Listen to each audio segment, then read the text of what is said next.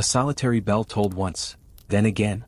Each chime a knell that crawled across the mist-shrouded square like a cry from some forgotten soul.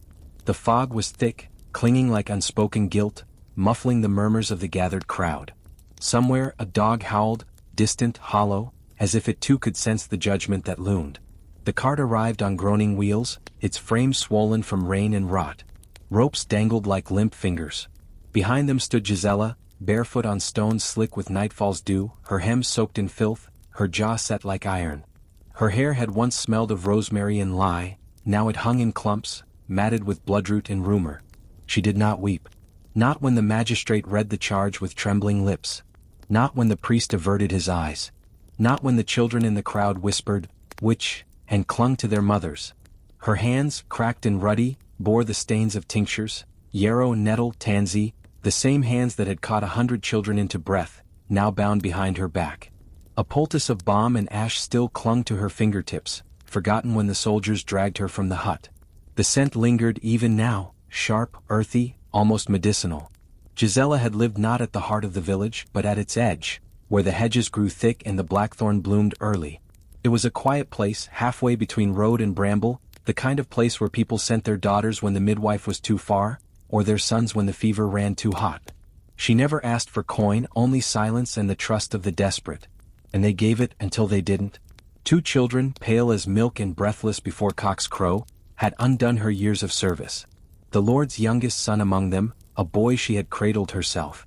His mouth still bore the imprint of hyssop and poppy. But grief, once seated in the hearts of noblemen, has no patience for herbal reasoning. The magistrate, a man who had once passed her hut without so much as a nod, now unfurled a scroll and read her fate. "Maleficium," he said, as if the word itself could summon demons. He pointed to her tools laid out like sacred relics turned sinister, a mortar carved from boxwood, a silver vessel rimmed in soot, and a bundle of raven feathers tied with flaxen string. She did not deny them. They were hers. Behind her, torchlight flickered against the wet walls. The flame wavered with the wind, illuminating faces gaunt from famine and doubt. Some wept. Some cheered. Most watched in that medieval silence that follows fear, a stillness more terrifying than fury. One child broke from the crowd, a girl of perhaps 7, and reached for Gisela's skirt. "You gave me honey when I was sick," she whispered. A soldier pulled her back. Her mother slapped her. And the girl's tears were lost in the dark. At midnight, Gisela was led to the outskirts. Not to gallows nor stake, but to a pit, freshly dug, shallow, rimmed with pine branches that would not mask the stench. Burial alive was reserved for those whose sins could not be purged by fire, too feared for flame, too female for the sword. She stepped into the grave herself. A soldier pressed her shoulders gently as if ashamed. Soil fell around her, first in handfuls then with shovels. Cold mud licked her ankles, rose to her waist. Her breath became short, measured, a hymn without words. No priest offered her final rites. No lover wept. Only the raven in the ash tree above, crying once, then falling silent.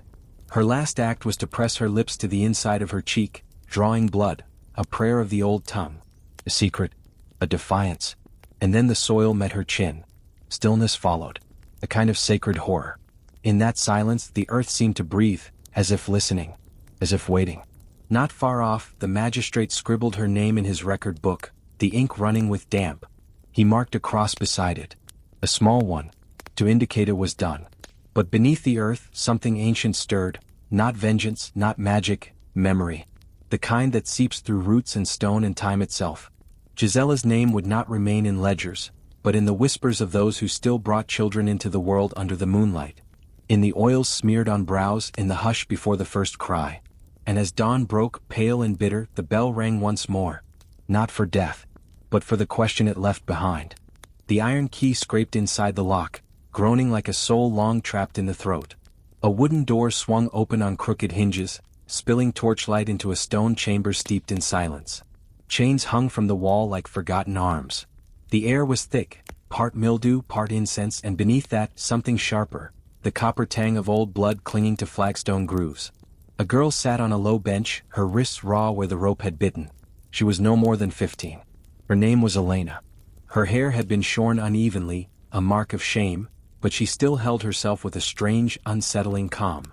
The inquisitor, Brother Aldrich, stepped into the cell with care, his sandals pressing against scattered straw and the crusted remnants of past confessions.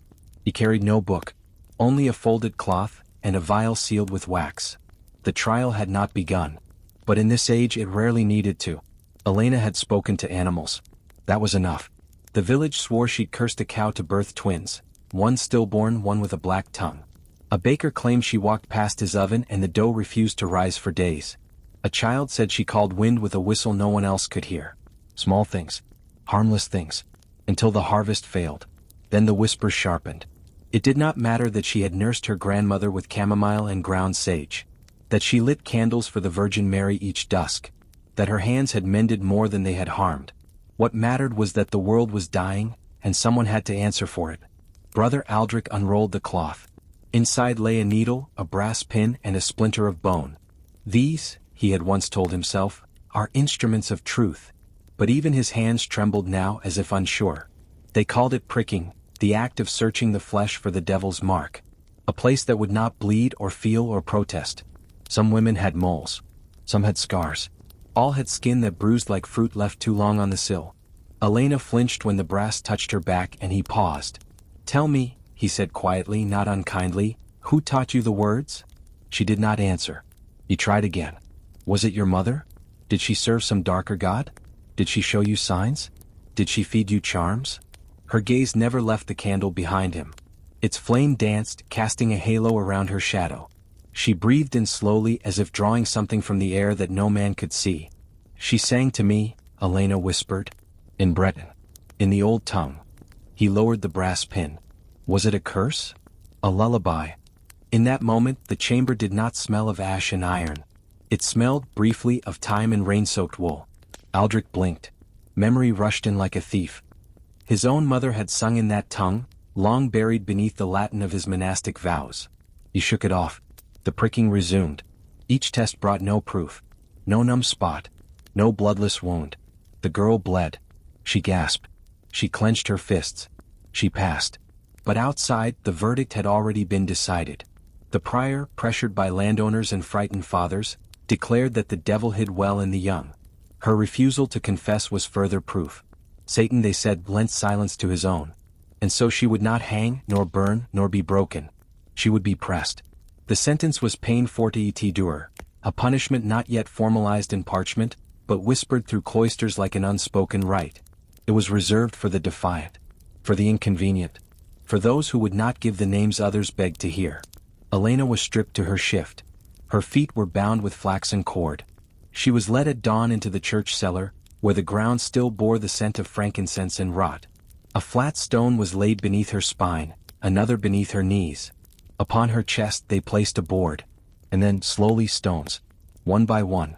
Not to kill, not at first, but to press, to weigh, to silence. The first stone she bore with closed eyes. The second she bit her lip. At the third her ribs began to strain. By the seventh, blood seeped from her nose, not from violence, but from pressure. Her lungs folded like parchment. Her prayers, if she spoke any, were silent. The priest watched. He held a crucifix but did not lift it. "Confess," someone urged. She said only, "My name is Elena." They added another stone. Time unspooled. It became dusk. The candles guttered. The cellar dimmed.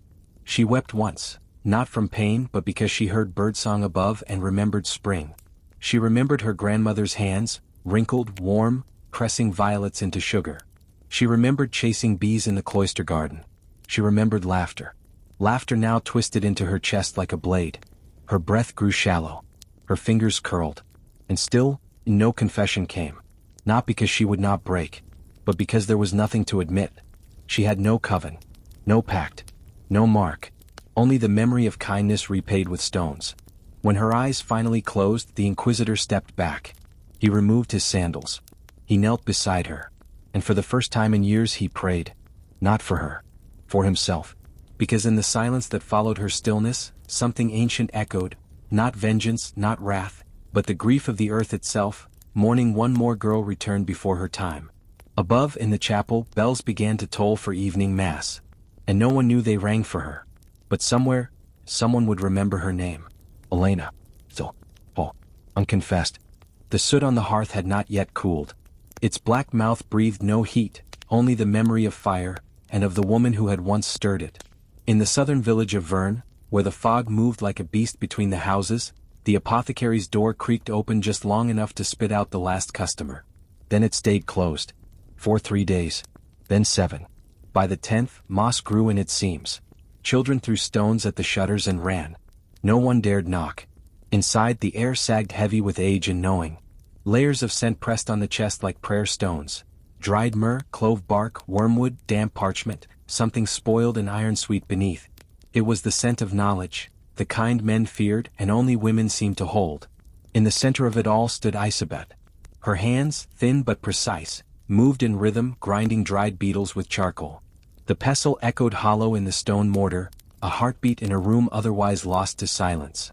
She wore gloves, patched, mismatched, stitched from scraps of old prayer scrolls and boiled linen. A veil covered her mouth, soaked in wine vinegar, a crude armor against whatever spirits drifted in the mists outside. The townsfolk said she wore it to hide the forked tongue of the devil. But the truth was simpler.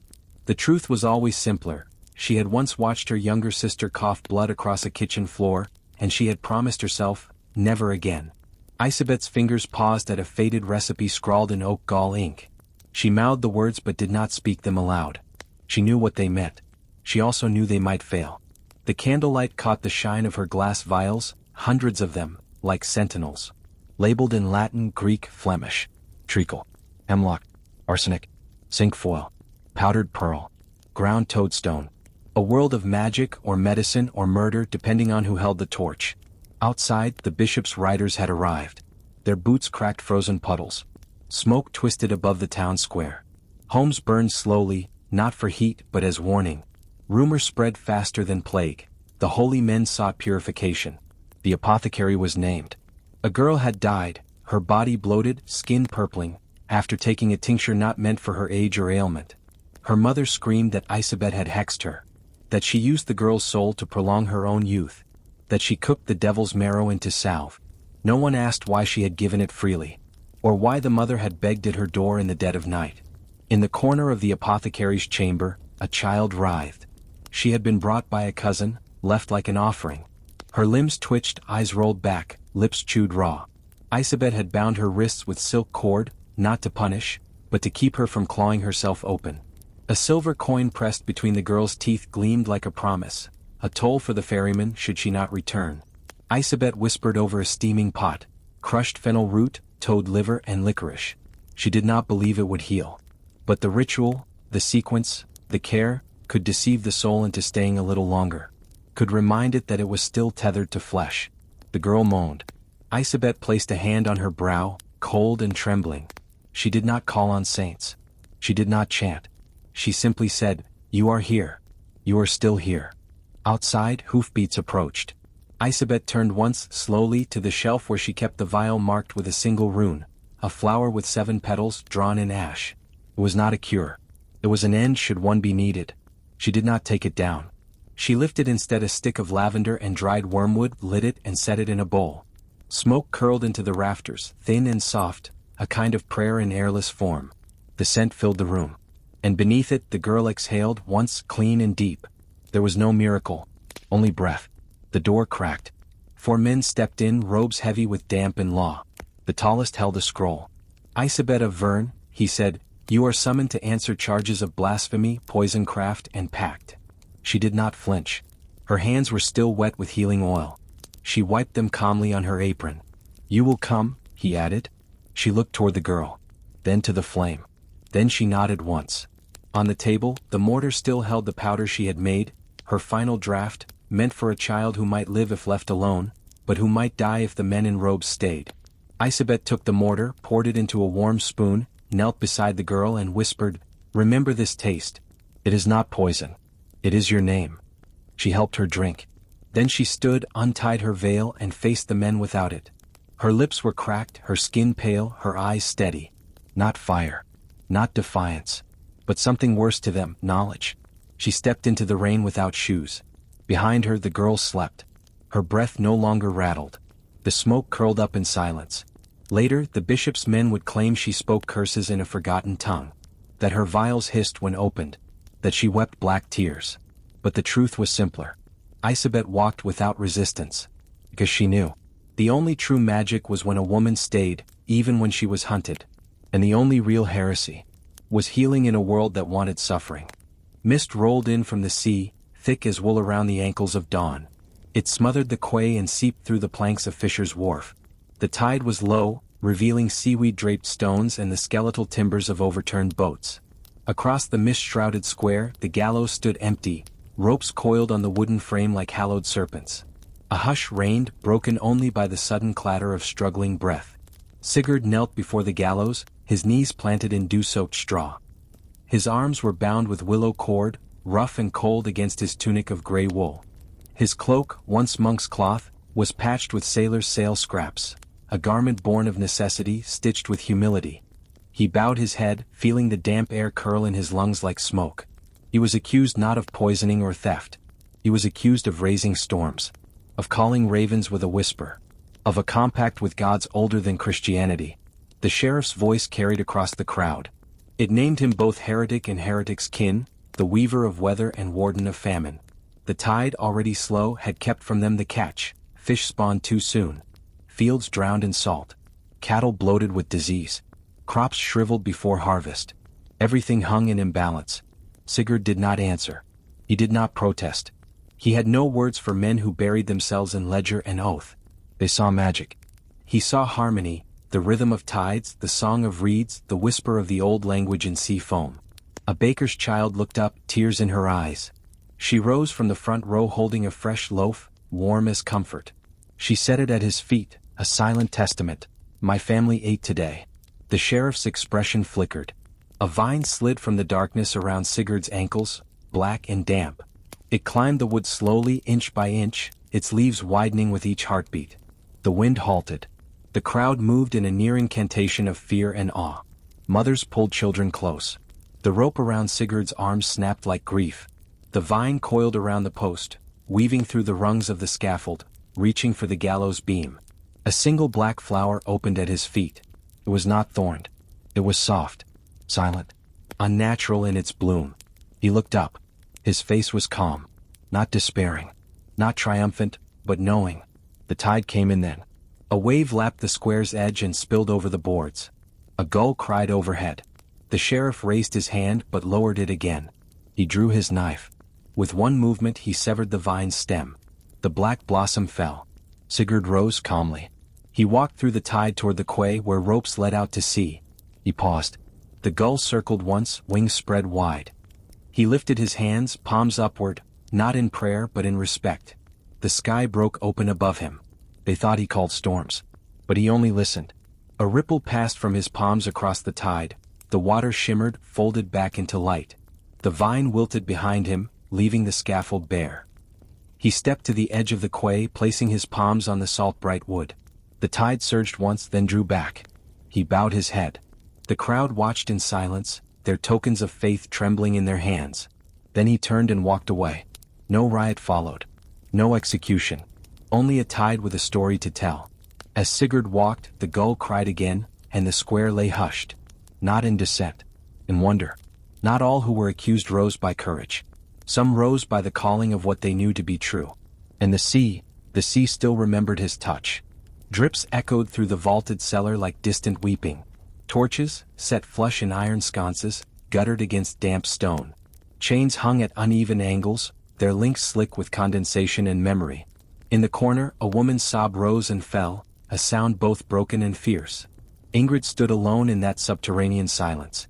Her back pressed to the wall, wrists bound in twisted iron cuffs, body curled as though seeking warmth in the cold.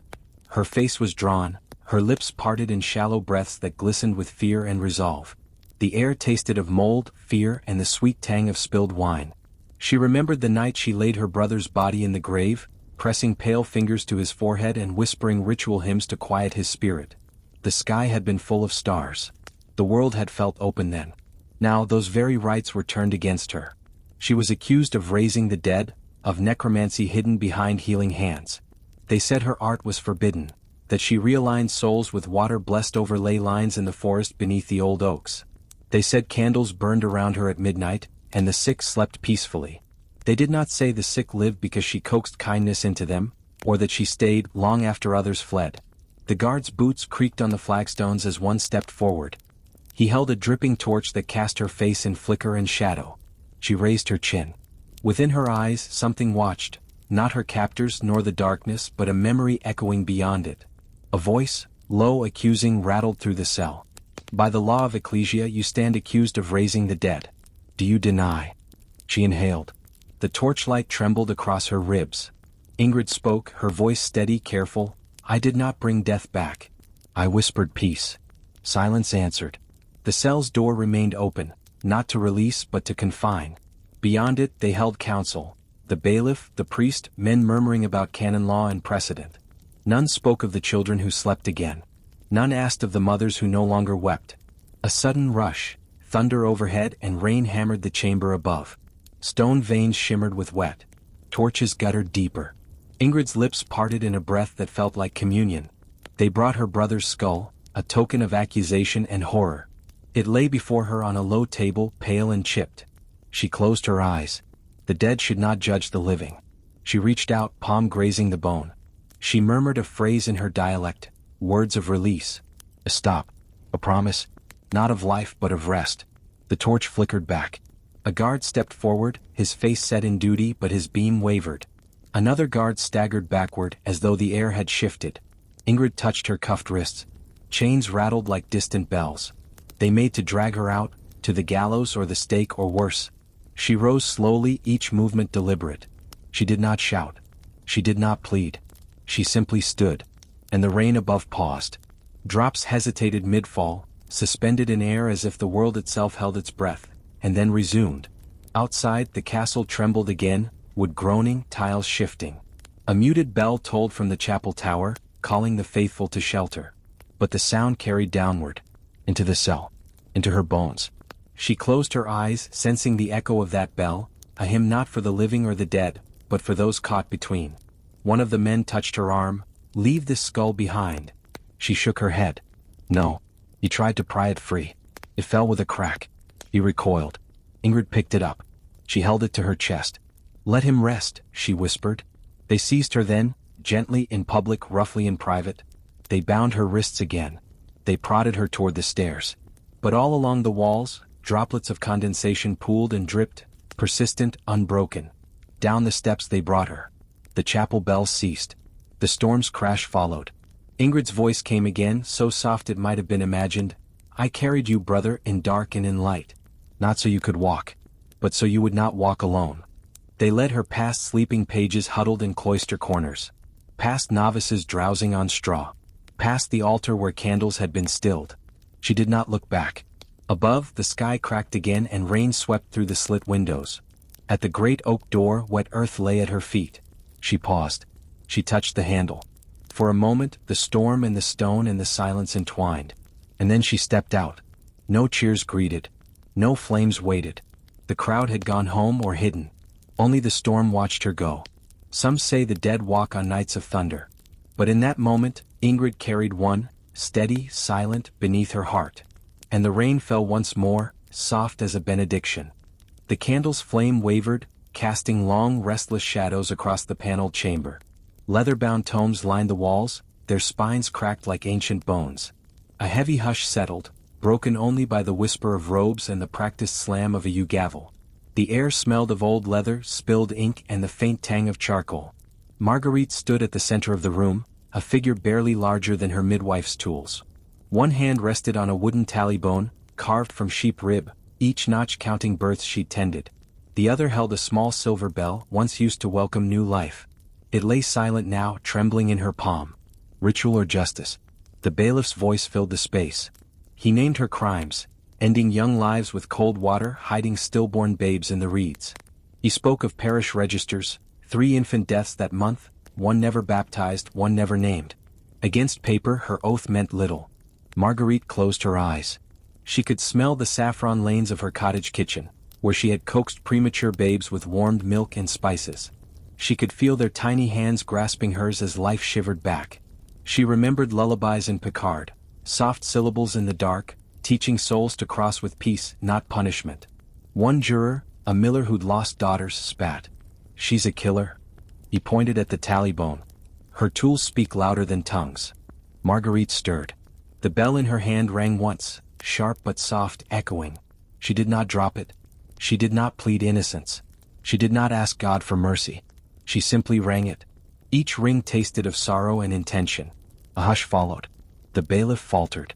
His eyes flicked to the bell, then to the tallybone's notches. He recited the verdict, guilty.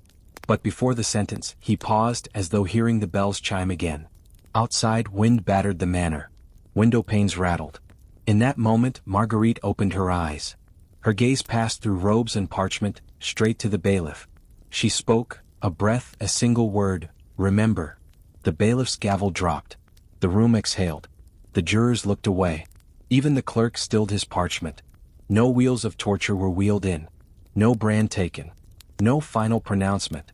Instead, Marguerite was led away, not bound but unbroken. Behind her, the bell continued to vibrate against her fingers. In the courtyard, rain fell in sheets. The smell of fresh earth and cold seeped into her bones. The midwife paused in the doorway, tallybone and bell tucked beneath her cloak. In one hand she carried a loaf of bread, baked earlier, cut for warmth, not punishment. She did not ask for forgiveness. She asked to be remembered. And at her feet, the rain met the earth with soft persistence. A benediction. A promise that even in shadows life continues. A single raven touched down upon the ancient stone slab, its claws rattling against weathered grooves carved with saints and serpents. Mist coiled around the glade like secret breath. The forest beyond held its silence, expectant, watchful. A knotted rope lay coiled upon the earth, abandoned but taut, as if waiting for a hand to claim it. Eleanor knelt before the slab, her gown trailing through bracken and dark-hued toadstools. Each step toward this hidden clearing had been measured, deliberate. Her exile had been swift, a daughter of a knight, cast out for practicing her grandmother's arts. Bone awls, dried mandrake root, bark-etched birch bark charms. The trial had called them witchcraft. She called them remembrance. In her trembling hands she carried a wooden reliquary box carved with runes. Inside lay three things: a bone all slender as a prayer, a handful of mandrake root darkened by sun and age, and a scrap of birch bark inscribed with protective words in her grandmother's dialect. She had once buried her aunt alive, convinced the older woman's dreams had become a contagion. The world demanded confessions. Eleanor said she had saved her. She knelt now in the forest's hush, laid the box upon the slab and placed each tool with care, her act of witnessing. The raven tilted its head. Around her, dripping moss draped low from branches. Each droplet hung like a suspended tear. Eleanor reached to her neck and removed a silver cross carved with St. Michael's image, a token born of her noble blood. She placed it beside the reliquary. No gesture of faith, a gesture of peace. Her breath caught. A light breeze rustled the undergrowth. She pressed fingertips to the birch bark. The runes glowed faintly at dawn's gray edge. They were not curses. They were memory made physical.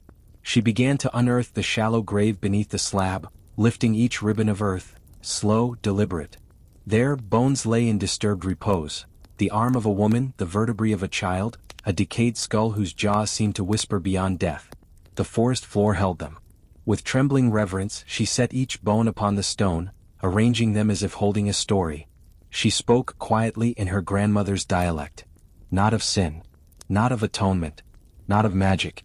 Only names. Anna, she said, tracing a rib. Rowan, she continued, bisecting the child's femur with sorrow. Margot. Her voice became chant, each name a vow. The raven's head moved side to side. No stroke of black wings followed. No caw broke the air. Only the hum of insects awakening.